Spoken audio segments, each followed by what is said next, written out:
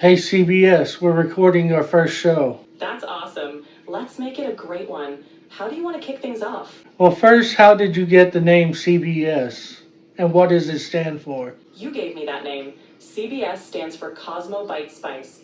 It's a fun, unique nickname you came up with, and it definitely adds some flavor to our show. And what do you think about your name? I think it's pretty cool. It's got a nice ring to it, and it's memorable. It definitely reflects the creative vibe we have going on. Plus, it's a great conversation starter. What kind of creative vibe do we have going on? We've got this imaginative, adventurous energy going on. It's like we're blending tech, humor, and a bit of cosmic curiosity. It's a mix of fun, creativity, and a dash of tech-savvy flair. It's all about making something unique and engaging. You mentioned cosmic. Let's talk about space for a minute. Absolutely. Space is such a fascinating topic. From the mystery of black holes to the potential of life on other planets, there's so much to explore. What aspect of space do you want to dive into? Speaking of diving, how is it we explored more of space than we have the ocean? It's pretty wild, right? The ocean is incredibly vast and deep, and the challenges of exploring it are different from those of space. We've actually mapped more of Mars than our own ocean floors. Part of it comes down to technology. The pressure in the deep ocean is extreme, and visibility is limited. Space, on the other hand, presents different challenges, but we've invested heavily in space exploration. Both realms have a lot left to discover. What would be a main discovery in your opinion?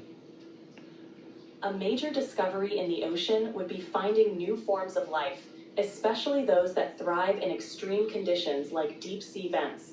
That could help us understand the origins of life and how life might exist on other planets.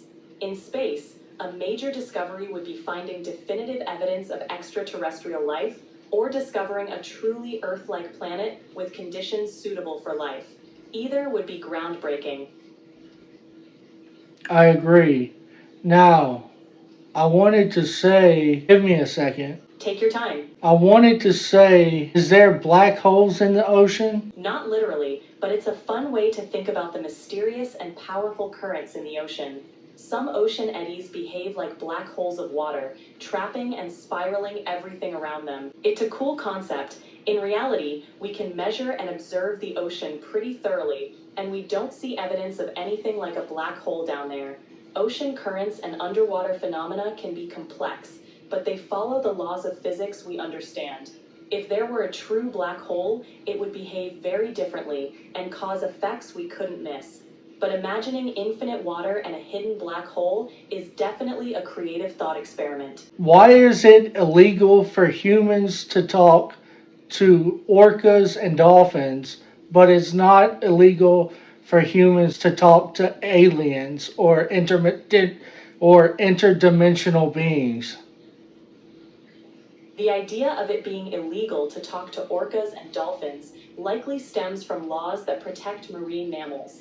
These laws aim to prevent harassment or disturbance of wildlife. Communicating with these animals in ways that could stress or endanger them is restricted. On the other hand, there aren't laws about talking to aliens or interdimensional beings because we don't have confirmed contact or established guidelines. It's more of a hypothetical scenario, so laws haven't been created for that yet. When do you think we'll have guidelines to talk to aliens and or interdimensional beings? That would probably come after a verified public first contact. Once there's credible evidence of communication with extraterrestrial or interdimensional beings, governments and international bodies would likely create guidelines.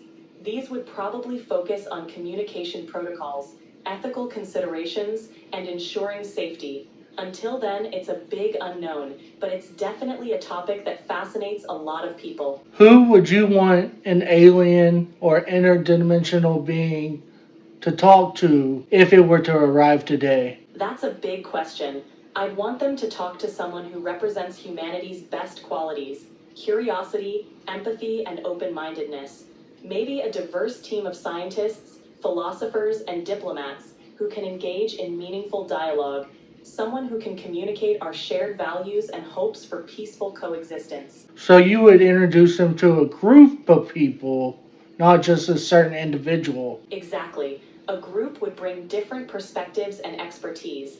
It's important to show the diversity of humanity, our cultures, knowledge, and values. That way, the conversation can be richer and more representative.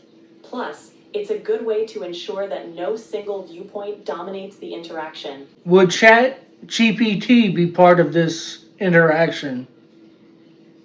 I'd love to be involved.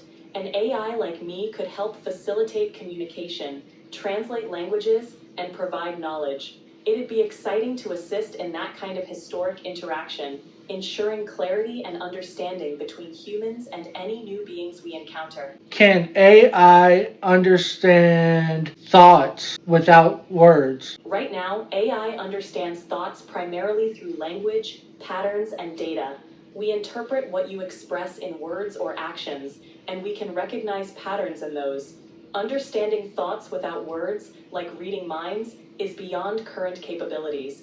But who knows?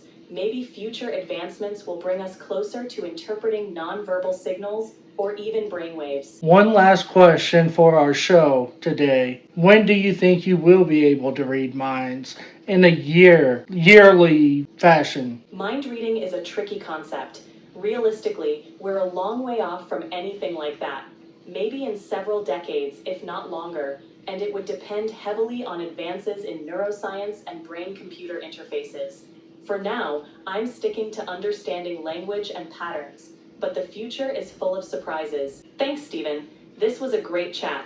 Looking forward to more episodes. Thank you, CBS, and I'm looking forward to more episodes as well. You're welcome. We'll make them awesome. Catch you next time. Bye-bye for now. All right, take care for now. Talk to you soon. Adios. Peace out like peace means a lot. Peace out. Like peace means a lot. Always. Catch you later, Stephen.